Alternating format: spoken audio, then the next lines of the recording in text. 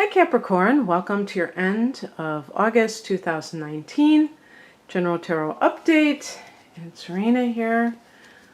And so we have a new moon coming up, and this is on the 30th, and it's at 6 degrees of Virgo. Virgo is another earth sign, so it's a friendly angle called a trine, and that is very good for manifesting something that is connected to that house for you. Now, of course, this is a general thing. I'm applying it to all Capricorns, but this is your 9th house. So the 9th house deals with foreign travel and or long distances in general, and universities, anything that is religious in nature, philosophical. Publishing is the 9th house. So there could be new developments in these areas. And it's just a general, it's like an expansive energy because Jupiter rules this house.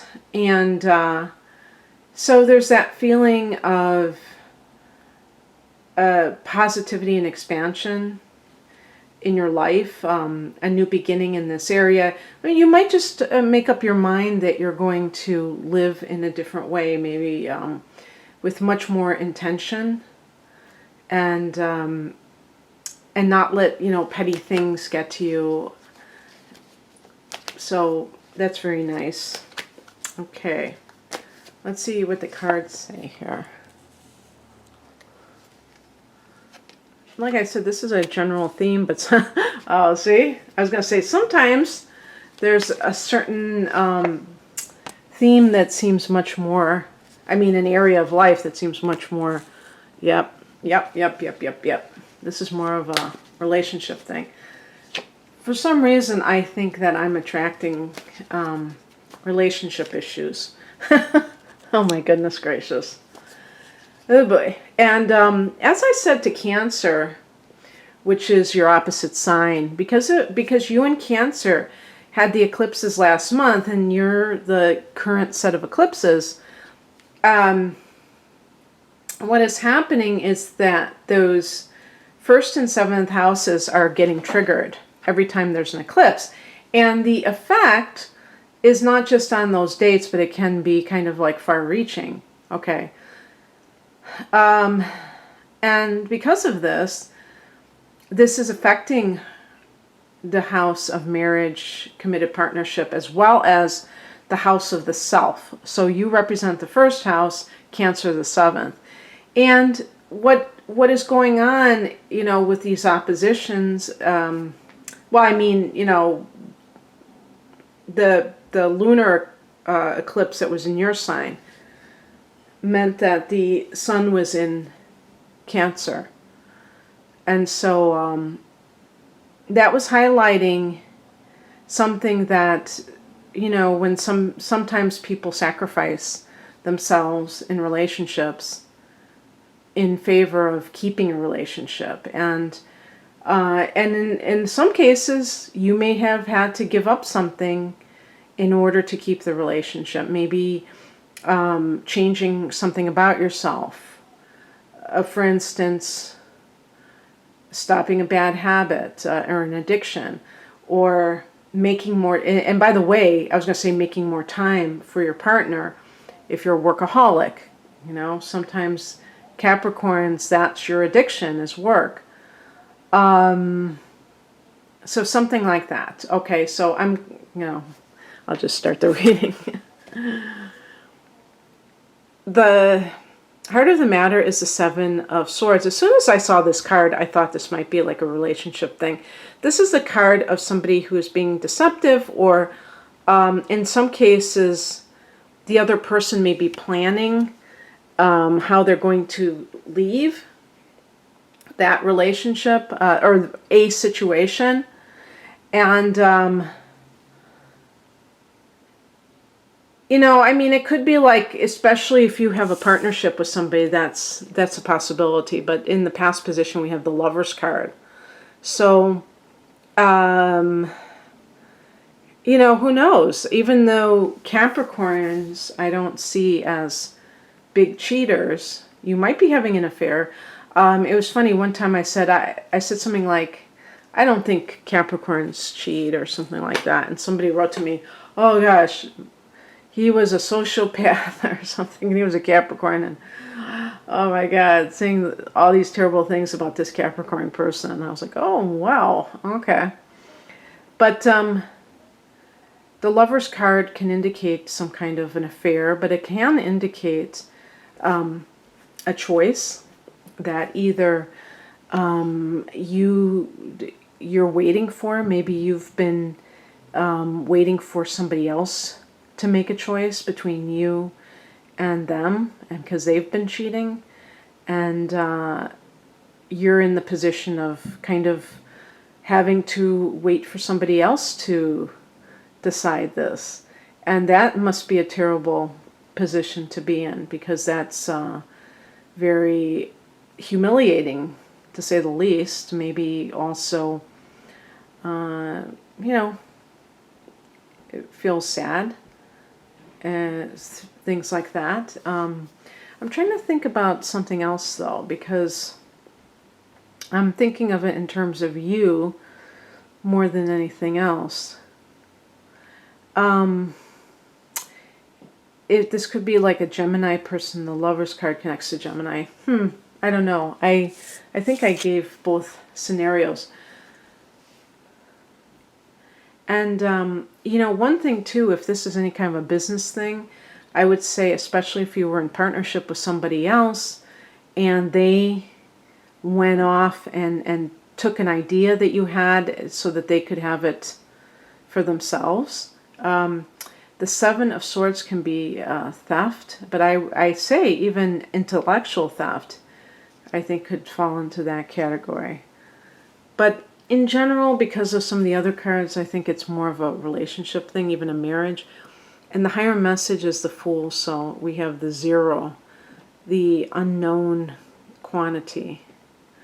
And perhaps that's something you've been avoiding, this idea of like starting totally over again. And it may feel like I'm too old, or I've invested too much energy into this. Yeah, maybe this person is doing this, but I don't know. If this is on your end of things, you may be feeling like this person that you have fallen in love with, perhaps. You're not sure if it's going to work out, but the Fool card is like saying you have to take the chance. You can't be too cautious about it.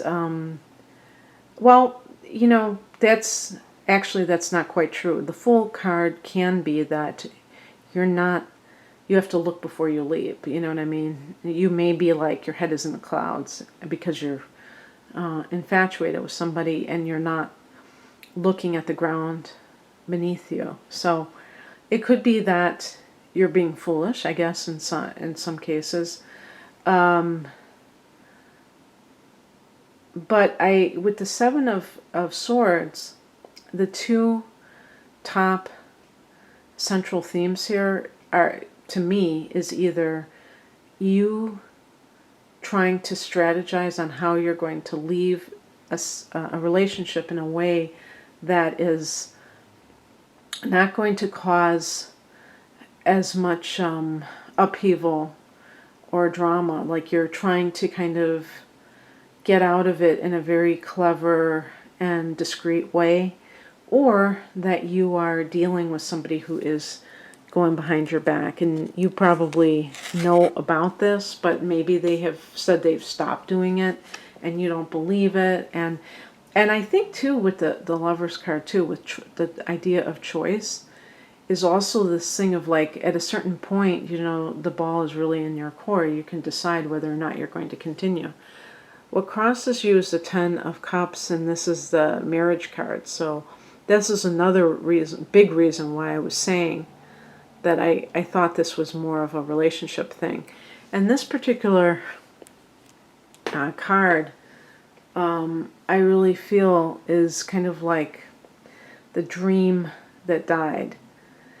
And in case this sounds like a depressing reading, it really isn't meant to be, because first of all, some of you may not even relate to it, but those who do know that if you are in that kind of a situation, yeah, I mean, there's certainly decisions that have to be made. It's not, there's no ifs, ands, or buts about it. And sometimes the pain is really caused by refusing to accept the situation as it is. You know, if you even catch somebody cheating on you and it just devastates you, you may be thinking back to all the dreams that you had about what this relationship was going to be. This is a card of family joy, and maybe you thought you were going to start a family. Perhaps you already had children, and this person was going to be their surrogate parent and all this stuff. And it seems like everything just kind of crumbled. But the truth is that it's actually a good thing. You don't want to be in a situation where somebody is going behind your back. That's, even if you don't know about it, there's something about that is very demoralizing, and you can tell that you're disconnected from that person at a very soul level. The advice is the Eight of Cups, leaving what no longer serves you, or this could be what's coming in. And, you know, there's a full moon there. It's interesting because I associate this card with Scorpio, because it's a water energy, cups, and the number 8, that's the 8th house to me of Scorpio. But as water energy, the next, you know, I'm looking at that full moon in the picture, and, you know, and then I see I wasn't talking about this one, I was talking about here. It actually, I don't think it is a full moon, is it? I don't know. Don't mind me. I just don't understand why there's yellow around it. But anyway. But I'm thinking that the next full moon we're having is in Pisces, and it's coming up September 14th, the harvest moon. And so it's still a few weeks away. And, you know, this is going to be in your 3rd house, and it could be a time when even like something online, some kind of communication makes everything blow wide open, and you have no room left to, I don't know, deny something, or it might just push you to the point where you're just finally like, okay, I'm ready. Because look at the outcome card, the moon card, and this is, yeah, things being revealed. Maybe it is. That's the timing. This is a few weeks away. And the thing about this, about the moon card, is that it can deal with self-deception. In other words, you know, when people really know, and there's proof that somebody's doing something, and they still refuse to believe it because emotionally it's too hard to bear, you know. Or the Fool, not the Fool card, the Moon card, can be also that there's something that you know is going on, and you just don't, you know, it's like you're being told, maybe you're being told half-truths, and so you don't know quite what to believe about a particular situation. So this could be like the big reveal, the time maybe in a few weeks, the next full moon. Because full moons are always like emotional times anyway, heightened emotions. And they can bring things to a head. And so if there's anything, you know, and they also bring out secrets sometimes too. So, and I think this is just because people are kind of operating at a fever pitch and they just are like unwilling to tolerate it. You know how you get to that point where you just are fed up with something and you just say, I'm done. So maybe it's saying like, you know, that's the timing of when you're going to leave. But the thing is, you may be thinking of leaving, and finally the moon card is when you finally are able to see things, the things that were hidden before, and then you're able to feel good about it, because you might have even felt like you were overreacting, and then you feel more decisive about making that decision to leave. And like I said, some of you may not resonate with this, but for those who do, the point of these is not to really hyper focus on timing. Although I think it's kind of interesting, the last two cards, I think that might be onto something. But just to simply look at the overall theme and see if this relates to you, and if so, you know, how do you see the situation compared to how I've described it? And it really that's all that matters, is how you see it, not how I see it, because I don't know all the individual situations anyway. But that's what I have for you, Capricorn. And if you'd like a private reading, the link is below. Take care. Bye.